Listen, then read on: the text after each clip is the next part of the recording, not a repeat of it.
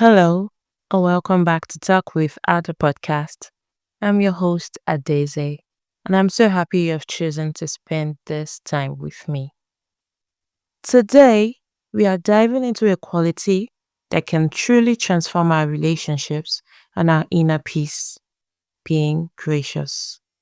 It's a word we hear often, graciousness, grace. But what does it really look like in our busy, sometimes messy, everyday lives?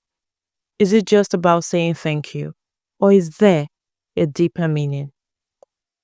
Think about that person you know who handles conflict with ease, accepts compliments without awkwardness, and treats everyone with kindness, regardless of their status.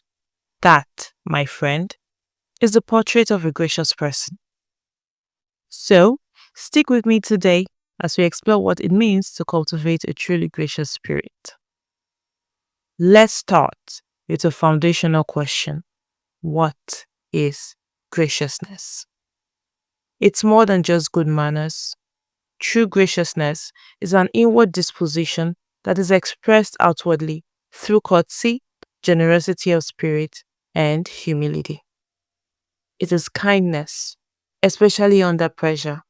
When someone cuts you off in traffic, when a colleague misses a deadline, or when you receive unfair criticism, a gracious person resists the immediate negative reaction. It is humility in success, accepting a compliment or an award with genuine gratitude, acknowledging the help you received rather than boasting. It is compassion in disappointment, showing empathy when someone else feels, instead of judgment or scandalford. It's often defined as exhibiting courtesy and charm, but I like to think of it as the ability to extend goodwill to others and to oneself. It is a gentle strength. We need to look at graciousness in two critical settings. A. Grace towards others. That is the outward expression. And it is handling conflicts with dignity instead of immediately becoming defensive or aggressive. A gracious person seeks to understand first. They say things like, "Thank you for bringing that to my attention," even if they disagree.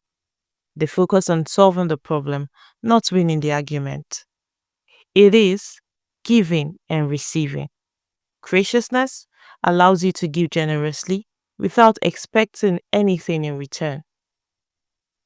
And it allows you to receive warmly without feeling obligated or embarrassed. It is the ability to say, "You are too kind," and genuinely mean it. B. The grace towards yourself. That is the inward practice. And this is self forgiveness. We are human, we make mistakes. Being gracious to yourself means giving yourself the same kindness and understanding you would give a friend who messed up. It is letting go of the self blame and moving forward with a lesson learned.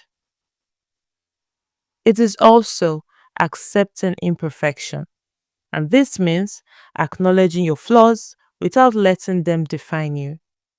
This is the internal humility that fuels the external grace. If you are constantly beating yourself up, you have very little emotional space left to be gracious to others. So, how do we make this beautiful concept practical?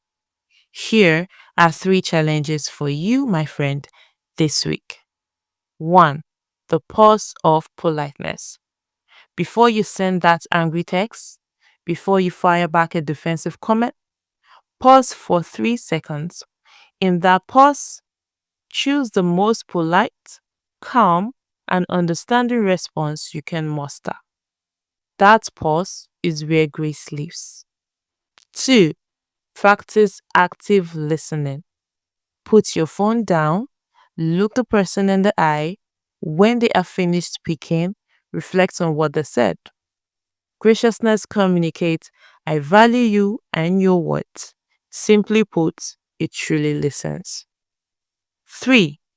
express gratitude specifics.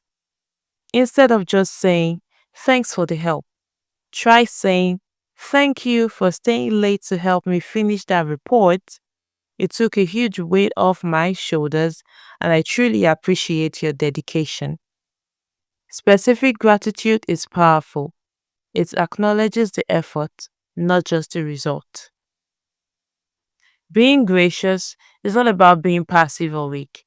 It is perhaps one of the strongest character traits you can possess.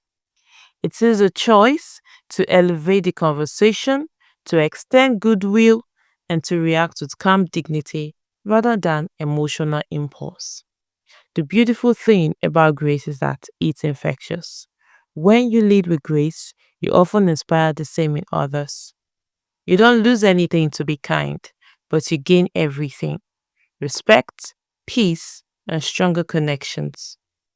I encourage you this week to choose the path of grace.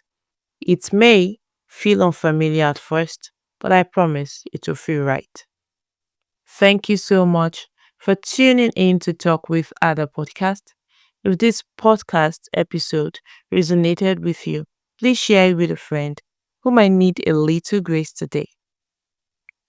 Until next time, I am Ada Eze. And remember to live life with purpose and always with grace. Bye for now.